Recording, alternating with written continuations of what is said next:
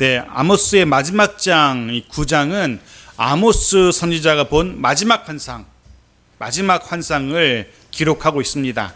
1절 말씀 보십시오. 내가 보니 주께서 제단 곁에 서서 이르시되 기둥머리를 쳐서 문지방이 움직이게 하며 그것으로 부서져서 무리의 머리에 떨어지게 하라. 내가 그 남은 자를 칼로 죽이리니 그 중에서 한 사람도 도망하지 못하며 그 중에서 한 사람도 피하지 못하리라 는 환상. 제단 곁에 서 계시는 하나님을 선지자가 보게 됩니다. 제단은 하나님을 예배하는 장소입니다. 물론 아모스가 환상 중에 본 이 제단은 아마도 북이스라엘에 위치한 베델과 단의 제단일 겁니다. 즉 하나님이 아닌 우상을 섬기는 제단을 환상 가운데 보았고 그 곁에 서 계신 하나님을 아모스가 봅니다. 그곳에서 하나님께서 말씀하십니다. 어떤 말씀입니까?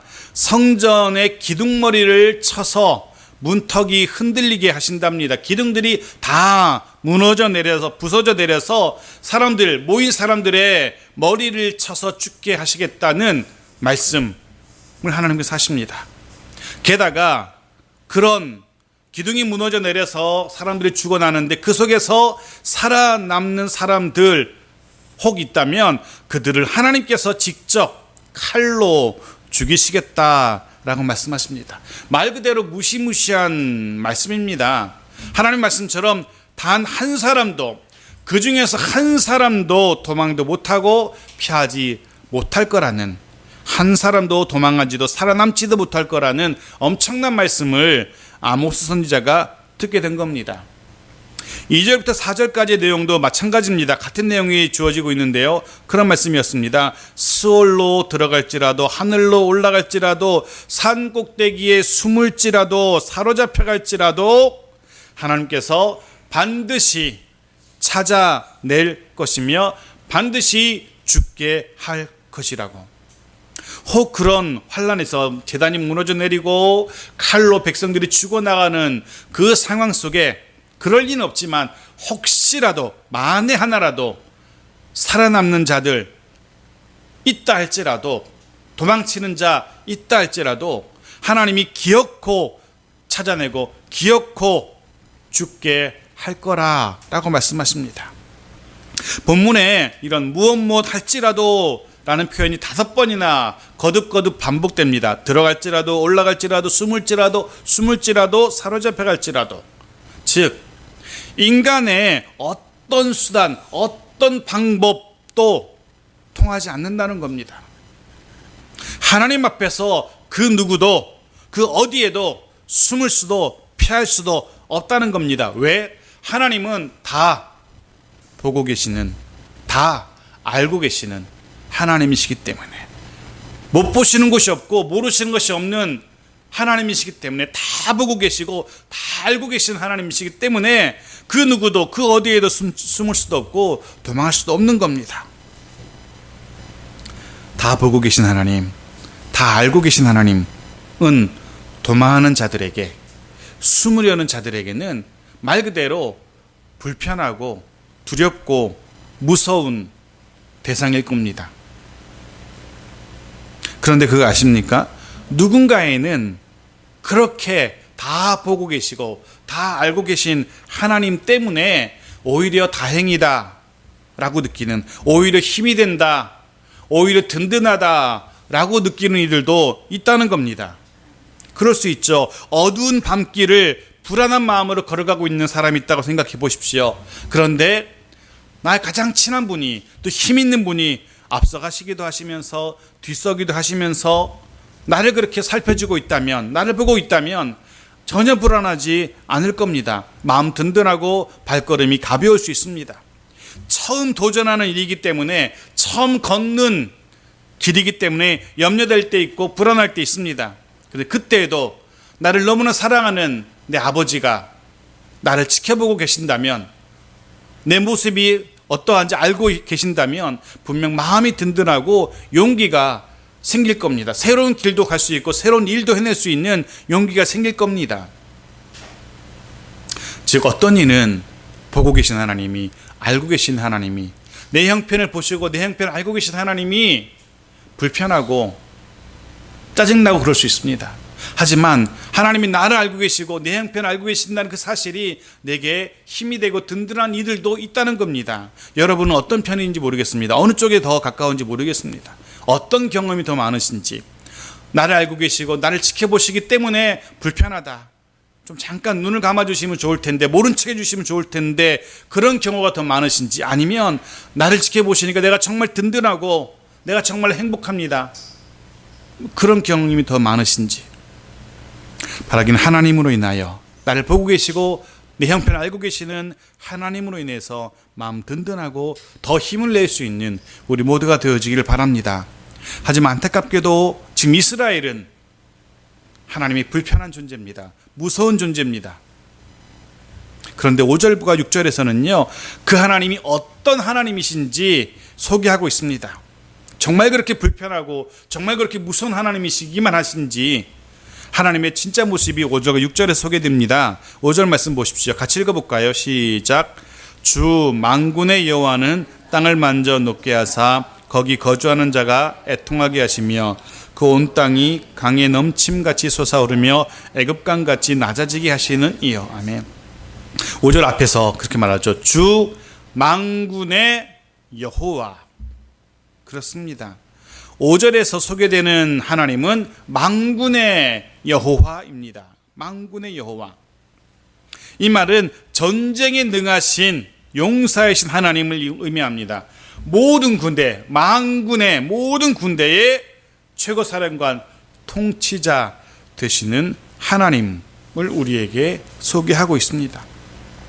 하나님은 하늘과 땅 모든 군대의 최고 지휘관, 통치자이십니다. 이 이야기는 이 땅을 살아가는 모든 사람들, 우리 모두는 그렇게 최고 지휘관 되시는, 통치자 되시는 하나님이 지휘하시는 군대의 병사들, 군사들이라는 이야기입니다. 그렇습니다. 저와 여러분은 하나님이 지휘하시는 군대의 병사들입니다. 어떤 이는 입대한 지 좀 시간이 된 병장 정도 될 수도 있을 것이고, 어떤 이는 이제 갓 입대한 이병 정도 될 것이고, 어떤 이는 연륜이 좀 묻어나는 부사관이나 장교 정도 해당할 수도 있을 겁니다. 분명한 사실은 저마다 역할 다르고 맡겨진 일 다르지만, 분명한 사실은 최고 지휘관 되시는 하나님의 말씀에, 명령에 복종해야 한다는 겁니다. 그가 병장이든 이병이든 하사관이든 장교든 최고 지휘관의 명령에 복종해야만 하는 것입니다. 한번 생각해 보십시오. 장군의 혹은 최고 지휘관의 명령에 따르지 않는 병사들로 구성된 군대가 있다고 한번 생각해 보십시오. 그런 군대는 군대의 역할을, 전쟁을 절대로 제대로 수행할 수 없습니다. 말 그대로 오합지졸인 겁니다. 전쟁에서 결코 이길 수 없습니다. 그래서 이 땅의 군대도 가장 중요한 것은 명령에 복종하는 겁니다. 그래야만 전쟁을 수행할 수 있기 때문에.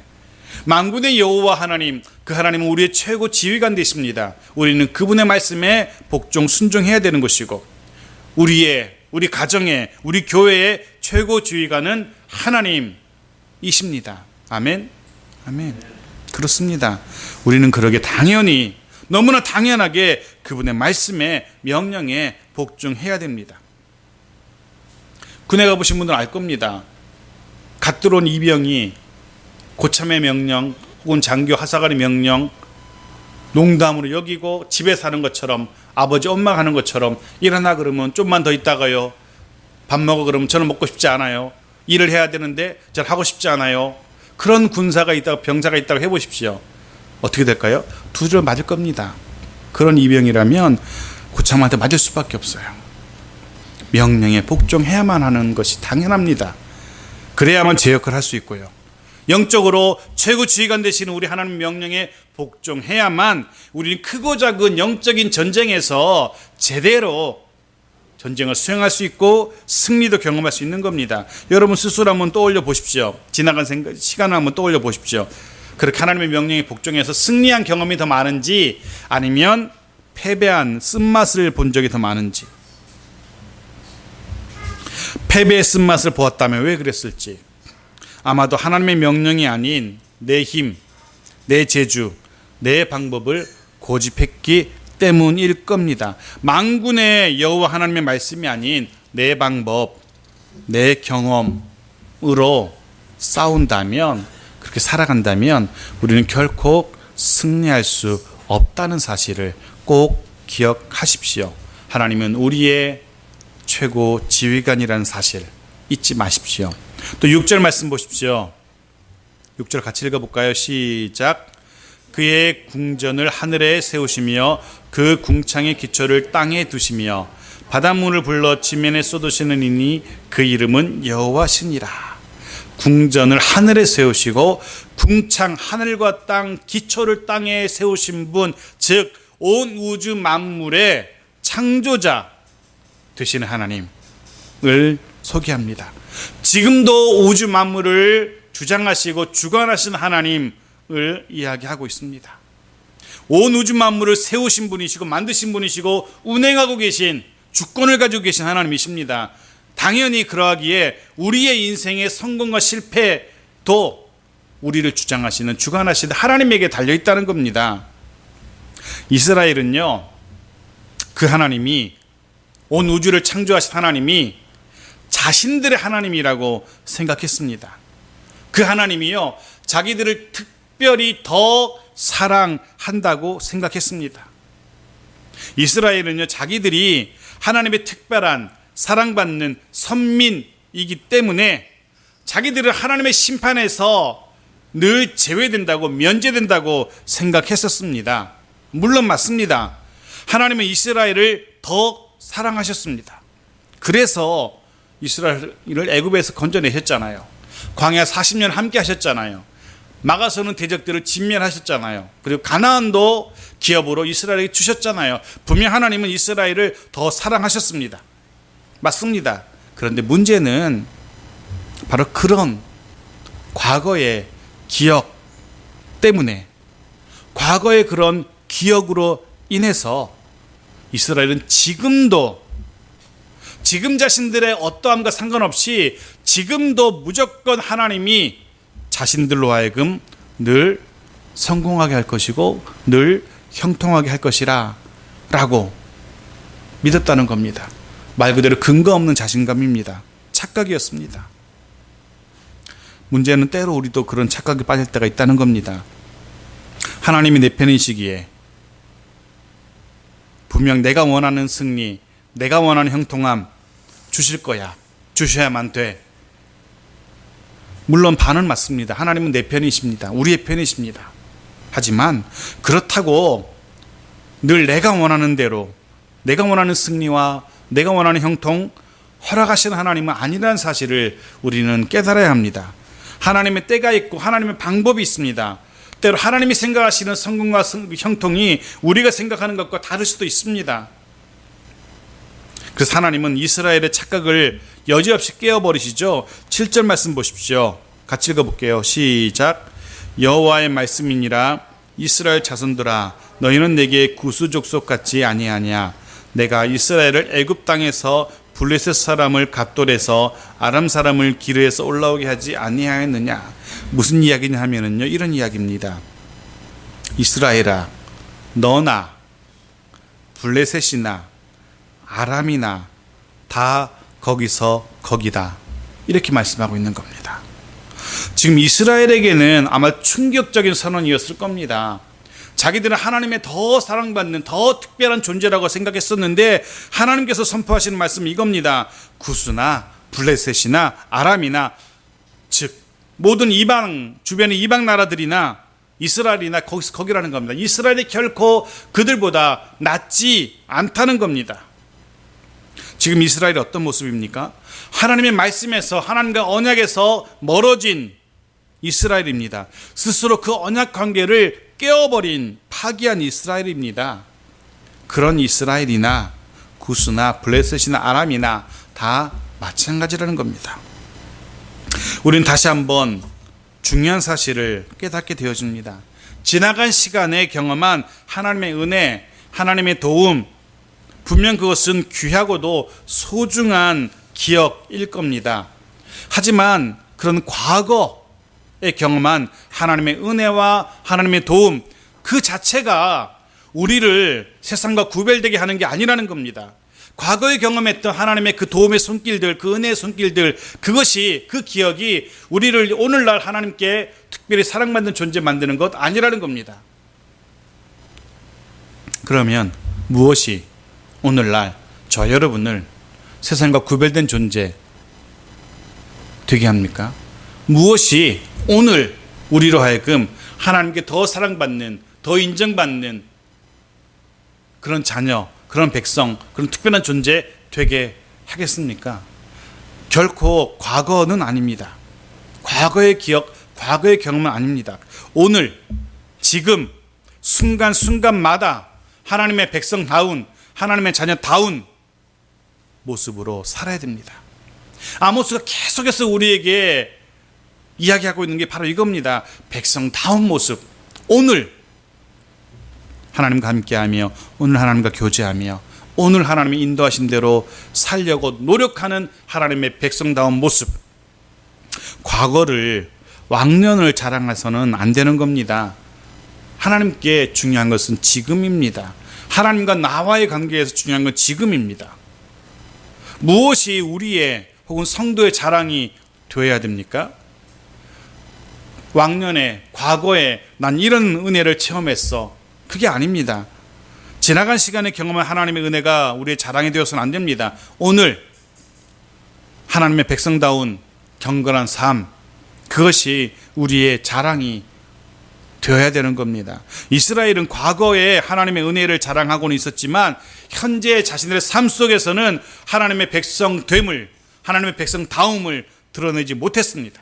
그저 과거, 왕년의 경험만, 그 추억만 붙들고 현재도 그것 때문에 현재도 형통할 거라, 성공할 거라라고 그냥 착각하고 있었던 겁니다. 과거에 그렇게 하나님의 도우심을 붙들면서 미래에도 하나님은 그렇게 우리를 도우셔서 평안하게 하실 것이고 안전하게 하실 것이야 착각하고 있는 겁니다. 마치 작년에는 열심히 신앙생활 했으니까, 연초에는 신앙생활 열심히 했으니까 이제는 좀 느슨해도 괜찮겠지. 아니라는 겁니다.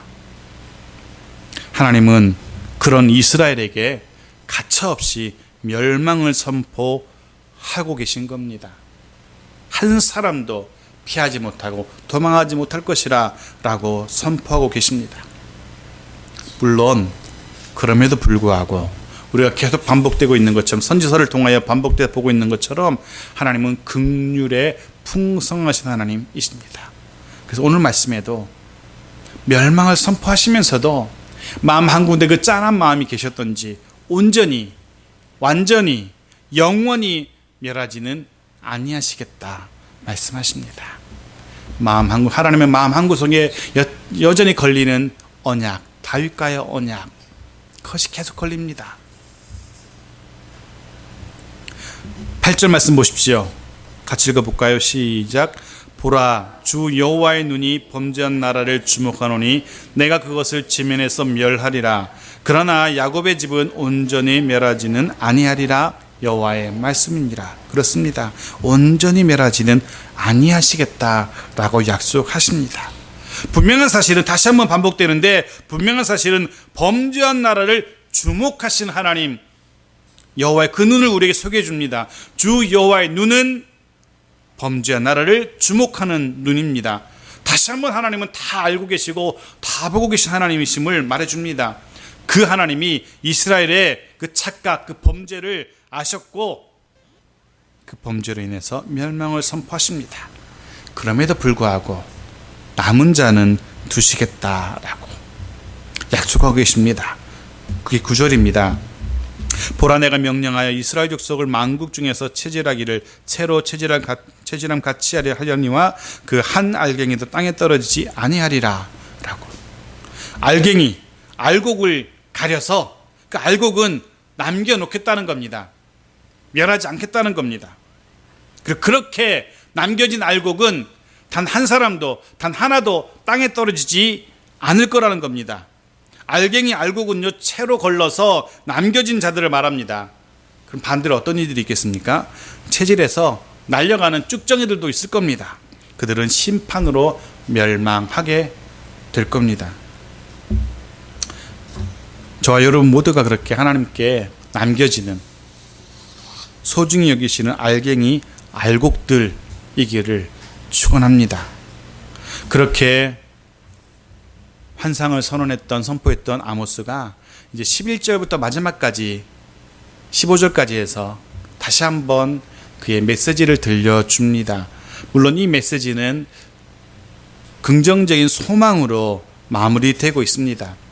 지금까지 이스라엘을 향한 심판, 멸망을 선포하면서 그것이 확정되었다고 말합니다. 돌이킬 수 없습니다. 하지만 하나님이 택한 자, 그 체질로 걸러서 남겨진 알곡들, 그들은 보존하시고 보호하실 겁니다. 뿐만 아니라 그들은 회복시키실 겁니다. 11절부터 그런 모습이 기록됩니다. 11절은 같이 읽겠습니다. 시작. 그날에 내가 다윗의 무너진 장막을 일으키고 그것들의 틈을 막으며 그 허물어진 것을 일으켜서 옛적과 같이 세우고. 아멘. 거기서 11절에 시작되는 그 날은요, 하나님의 심판의 멸망의 날, 이스라엘을 멸하시는 날입니다.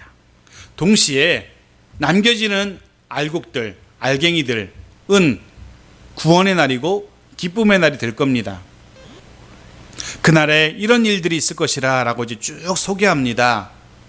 첫 번째, 오늘 11절에 나온 것처럼 다윗의 무너진 장막을 일으켜 세우실 겁니다.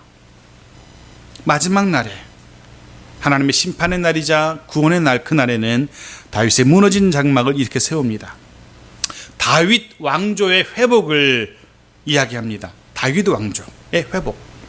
여러분, 다윗 왕조를 어떤 왕조로 기억하고 있습니까? 다윗의 왕조는 하나님을 중심으로 한 왕조입니다. 하나님을 중심으로 하나님을 예배했던, 온전히 예배했던 왕조가 다윗 왕조입니다. 하나님을 삶의 중심으로 두었고 그 하나님을 온전히 예배하는 삶을 살았던 왕조가 다윗 왕조라는 겁니다. 그러하게 이 다윗 왕조에는 하나님이 늘 임재하셨습니다. 네, 다윗 왕조는 하나님이 임재하시던 왕조입니다. 남겨진 자들은 이제 그런 나라로 회복될 겁니다. 다윗 왕조와 같은 나라로 회복될 겁니다. 하나님을 삶의 중심에 두고 하나님을 예배하는 삶을 살았던 그 왕조처럼 회복될 겁니다. 저와 여러분의 삶이 또한 그렇게 회복되길 축원합니다. 하나님이 내 삶에, 우리의 삶의 중심이 되시는 그런 삶으로 회복되어지기를 축원합니다. 저와 여러분의 삶이 하나님을 온전히 예배하는 삶으로 회복되기를 축원합니다. 혹 틈이 벌어진 부분이 있다면 하나님이 그 부분까지도 막아주신답니다. 허물어진 부분들이 있다면 그 부분 다시 세워주신답니다. 그래서 정말로 하나님을 온전히 예배하던 다윗의 왕조처럼 회복시키시겠다라고 약속하고 계십니다. 그런 회복의 은혜가 저와 여러분에게도 임하기를 원합니다. 그런 회복의 은혜가 저와 여러분의 가정 가운데 있기를 원합니다. 무너지고 허물어진 부분들이 보수되어지고 다시 세워지는 그런 은혜가 있기를 축원합니다. 물질의 영역에서 무너지고 허물어진 부분들이 있다면, 혹은 관계의 영역에서 무너지고 허물어진 부분들이 있다면, 영적인 영역에서 무너지고 허물어진 부분들이 있다면, 아니 모든 삶의 영역에서 무너지고 허물어진 부분들이, 그 제 역할을 제대로 하지 못하던 그런 부분들이 다시 보수되고 다시 세워지고 온전히 회복되어지기를 간절히 축원합니다. 기대하십시오. 하나님이 그렇게 하실 겁니다. 모든 삶의 영역, 물질의 영역이든 관계 영역이든 영적인 영역이든 모든 삶의 영역에서 하나님이 새롭게 하실 겁니다. 회복시키실 겁니다. 12절도 보십시오. 그날에 또 어떤 일이 있을 것인지. 그들이 에돔의 남은 자와 내 이름으로 일컫는 만국을 기업으로 얻게 하리라. 이 일을 행하시는 여호와의 말씀이니라. 둘째, 기업을 얻게 하신답니다. 근데 흥미로운 사실은요, 에돔과 같은 이방 민족들도 에돔의 남은 자라고 표현되고 있죠. 에돔과 같은 이방 민족들도 이스라엘의 기업, 유산 속으로 들어오게 될 거라고 그렇게 표현합니다. 이방 민족도 다윗의 후손으로 편입되고 하나님의 복을 누리게 하신다는 겁니다. 지금은 비록 이방 민족이지만 장차 여호와의 이름을 부르며 여호와의 그늘 아래로 들어오게 될 거라는 겁니다. 그리고 우리는 신약 성경, 특별히 사도행전의 기록에서 이런 하나님의 약속이 성취되어 가는 것을 사도행전을 통해서 우리는 목격할 수 있습니다. 하나님을 알지 못했던 나라와 백성들이 하나님을 인정하고 하나님께로 돌아오는 모습을 우리는 사도행전의 기록을 통해 보게 됩니다. 선지자들을 통해 주신 하나님의 약속이 성취되기 시작한 겁니다. 그런데 12절에서 우리가 주목해야 될 표현이 한 가지 있습니다. 저는 12절을 묵상하면서 이런 단어가 이 문장의 눈에 딱 들어왔습니다. 바로 내 이름으로 일컫는 만국이라는 표현입니다. 내 이름으로 일컫는 만국. 저는 이 표현 속에서 누가 마지막 날에 하나님의 기업이 될 것인지, 누가 정말 하나님의 백성인지 그 정의를 발견하게 되어집니다. 누가 하나님의 백성입니까? 오늘 본문은 그렇게 말하고 있습니다. 내 이름으로 일컫는 자. 내 이름으로 일컫는 자가 하나님의 백성이라는 겁니다. 표준 세번역 성경은요, 이 내 이름으로 일컫는 자라는 이 본문을 어떻게 해석하냐면 이렇게 해석했습니다. 내게 속한 자들. 너무 더 쉽죠, 훨씬 쉽죠. 내게 속한 자들. 공동 번역은 또 이렇게 번역하더라고요. 내 백성이라 불리는 자들. 즉 하나님의 백성이라 불릴 만한 자들, 세상이 아니라 하나님께 속한 자들, 바로 이들이 하나님의 백성인 겁니다. 신약 성경의 표현은 이렇게 되어 있습니다. 로마서 8장 5절 보십시오. 같이 읽어볼까요? 시작. 육신을 따르는 자는 육신의 일을, 영을 따르는 자는 영의 일을 생각하나니. 바울의 표현입니다. 바울의 표현을 따르자면 육신을 따르는 자가 아니라 영을 따르는 자, 바로 그가 하나님의 백성이라는 겁니다. 분명 우리는 세상에 속한 자들입니다. 세상을 살아갑니다. 하지만 세상에 속한 자가 아니라 하늘에 속한 자, 하나님께 속한 자로 살아야 하는 것입니다. 비록 이 땅을 밟고 세상 속에서는 살아가지만 거기에 속한 자가 아니라, 세상에 속한 자, 육에 속한 사람이 아니라 하늘에 속한, 영에 속한 사람들이 되어야 되는 겁니다. 육신의 일을 따라가는 사람이 아니라 영의 일을, 하나님의 일을 따라가는 사람, 바로 이런 사람이 하나님의 백성인 겁니다. 하나님은 지금 그런 자를 하나님의 백성이라 말씀하고 계시며, 그런 자를 마지막 날에 하나님의 백성이라 인정하실 겁니다. 저와 여러분 모두가 다 그렇게 세상에 살아가지만 세상에 속한 자가 아니라 하나님께 속한 자, 하나님의 백성이라 불릴 만한 자, 육신의 일이 아니라 영의 일을 따르는 자로 살아갈 수 있기를 간절히 소원합니다. 13절 말씀, 세 번째, 회복되는 날의 세 번째 모습을 기록하고 있죠. 같이 읽겠습니다. 여호와의 말씀이니라. 보라, 날이 이를지라. 그때 파종하는 자가 곡식 추수하는 자의 뒤를 이으며, 포도를 밟는 자가 씨 뿌리는 자의 뒤를 이으며, 산들은 단 포도주를 흘리며 작은 산들은 누구리라. 풍요로움을 지금 이야기하고 있는 겁니다. 풍요로움. 하나님의 복을 누리게 됨을 말하고 있습니다. 그런 거죠. 지금 막 씨 뿌리는 자, 파종하는 자가 저 앞에 추수하는 자의 뒤를 따라가고 있는 겁니다. 추수를 하자마자, 수확을 하자마자 막 씨를 뿌려도 또 금방 자라난다는 겁니다. 포도주가 넘쳐날 것이고요, 말 그대로 엄청난 풍요를 누리게 될 것이라 라고 약속하고 계십니다. 바로 그날에. 근데 사실은 그날뿐 아니라 하나님은 이미 애굽을 나올 때부터 이스라엘에게 이런 모습을 약속했었습니다. 젖과 꿀이 흐르는 땅, 젖과 꿀이 흐르는 땅의 풍요로움을 약속하신 바가 있습니다. 출애굽기 3장 8절 말씀 보십시오. 같이 읽죠. 시작. 내가 내려가서 그들을 애굽인의 손에서 건져내고 그들을 그 땅에서 인도하여 아름답고 광대한 땅, 젖과 꿀이 흐르는 땅, 곧 가나안 족속, 헷 족속, 아모리 족속, 브리스 족속, 히위 족속, 여부스 족속의 지방에 데려가려 하노라. 아멘. 그래서 하나님 분명히 약속하시죠. 애굽에서 끌어내서 아름답고 광대한 땅, 즉 젖과 꿀이 흐르는 땅으로 데려가겠다라고 말씀하고 계십니다.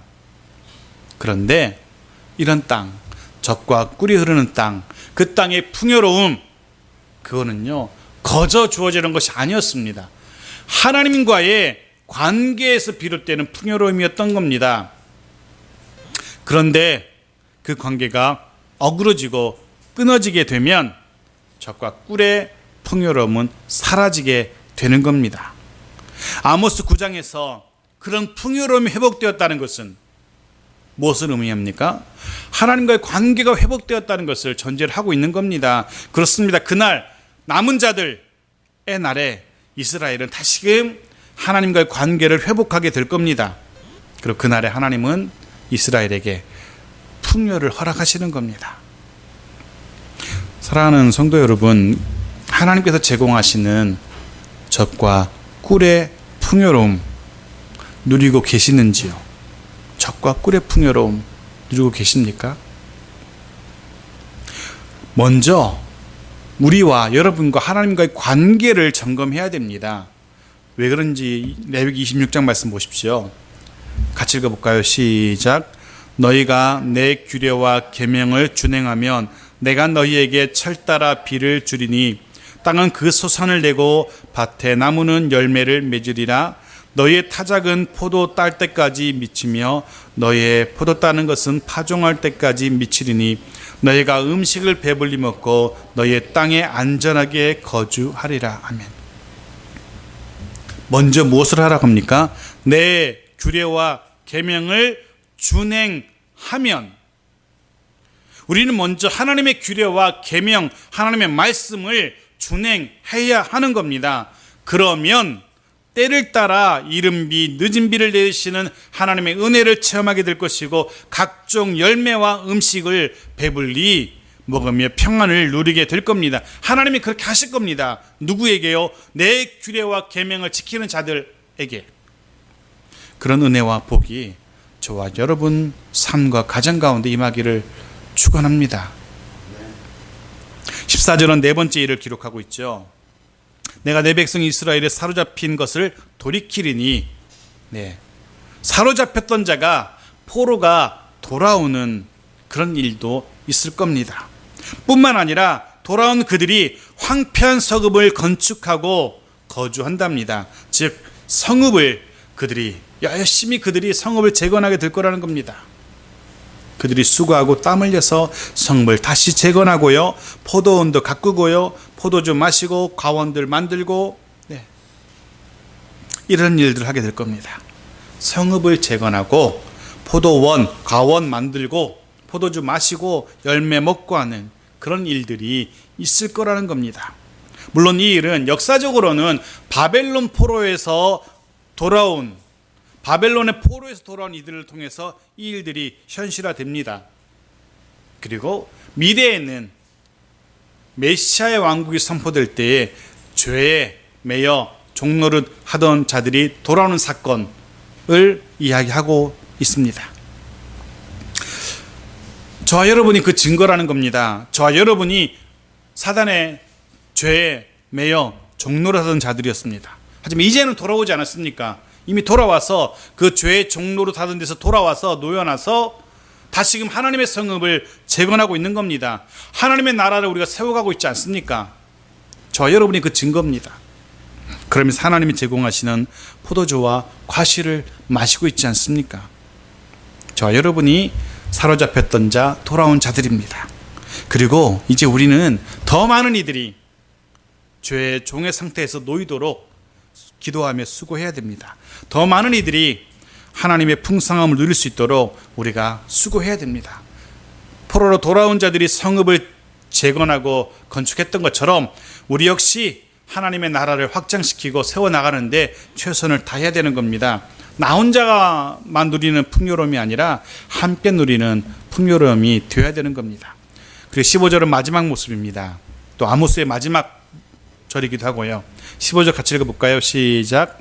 내가 그들을 그들의 땅에 심으리니 그들이 내가 준 땅에서 다시 뽑히지 아니하리라. 내 하나님 여호와의 말씀이니라. 아멘. 마지막으로 하나님이 아모스를 통하여 이스라엘 백성들에게 약속하십니다. 다시 심으시고요. 그리고는 다시는 뽑지 않으시겠다라고. 다시는 뽑히지 않도록 깊이 심어서 뿌리를 내리게 하실 겁니다. 누가 그렇게 하신다고요? 내가, 하나님께서 그렇게 하실 겁니다. 저 여러분의 삶을 깊이 뿌리 내리는 나무처럼 그렇게 축복하실 겁니다. 혹시 세상에 세찬 비바람이 불어닥쳐서 내 인생이라는 나무에 가지가 막 흔들리고 잎들이 우수수 떨어지고 열매들도 떨어져 내리는 그런 위기의 순간 만날 수 있겠죠. 위태위태한 순간, 뿌리채 뽑힐 것 같은, 내 삶의 근간이 흔들릴 것 같은 그런 위기의 순간들 있을 수 있겠죠. 하지만 하나님이 분명히 말씀하십니다. 다시 뽑히지 아니하리라. 저와 여러분의 삶은 결코 뿌리채 흔들리는 일이 없을 겁니다. 신앙의 뿌리를 깊이 내리게 하시는 여호와 하나님이 우리에게 그런 복을 내리실 겁니다. 기대하십시오. 하나님은 저와 여러분의 삶을, 우리 가정과 우리 교회를 그렇게 축복하실 겁니다. 뿌리를 깊이 내려서 결코 흔들리지 않도록. 아모스서를 마무리합니다. 아모스는 저와 여러분에게 계속해서 질문합니다. 하나님의 백성으로 이 시대 속에 어떻게 살아야 할 것인지, 하나님의 백성답게 산다는 것이 무엇인지 계속해서 우리에게 질문하고 답을 주고 질문하고 답을 주고 생각하게 합니다. 크게 두 가지를 아모스는 우리에게 던져줍니다. 두 가지 질문을 우리에게 던져주고 있고 답을 주고 있습니다. 여러분 이 두 가지를 꼭 기억하십시오. 첫 번째 질문은 이겁니다. 하나님의 백성답게 산다는 것이 무엇이냐 묻습니다. 아모스가 저와 여러분에게 묻습니다. 하나님의 백성답게 산다는 것이 무엇인가 묻고 있습니다. 답은 하나님의 거룩하심을 닮아 거룩하게 사는 것, 다른 민족과는 다르게 구별되게 사는 것, 세상에 속한 자가 아니라 육에 속한 사람이 아니라 하늘에 속한 자로 사는 것. 아모스는 특별히 그렇게 살아가는 것을 정의롭게 사는 것이라고 정의 내립니다. 의롭게 살아가는 것이 하나님의 백성답게 사는 것이라 라고 말합니다. 아모스가 말하는 정의는요, 우리의 삶 속에서 하나님의 모습을 드러내는 것입니다. 우리의 삶 속에서 하나님의 백성답게 사는 것, 바로 그게 정의롭게 사는 것이라 라고 말하고 있습니다. 여러분 늘 고민하십시오. 어떻게 사는 것이 하나님의 백성답게 사는 것일까? 두 번째 질문은 이겁니다. 왜 아직도 하나님의 회복을 경험하지 못하고 있는가? 묻습니다. 하나님이 원하시는 모습대로, 하나님이 요구하시는 모습대로 살지 못하기 때문입니다. 믿음으로 한번 도전해 보십시오. 하나님의 율법, 법도, 말씀대로 살아보십시오. 분명 우리의 구체적인 삶의 현장 속에서 새로운 하나님의 은혜를 체험하게 될 겁니다. 이전에는 경험하지 못했던 하나님이 공급하시는 풍성함을 분명 우리가 경험하게 될 겁니다. 말씀과 하나님의 뜻을 따라 살아가다 보면, 살려고 하다 보면 무너진 부분들 회복되는 은혜도 체험하게 될 겁니다. 그렇게 회복되어지는 은혜와 복이 우리 인생 속에, 여러분의 가정 속에, 또 죄 몸된 교회 가운데 풍성하게 임하기를 간절히 축원합니다. 우리 함께 기도하기 원합니다.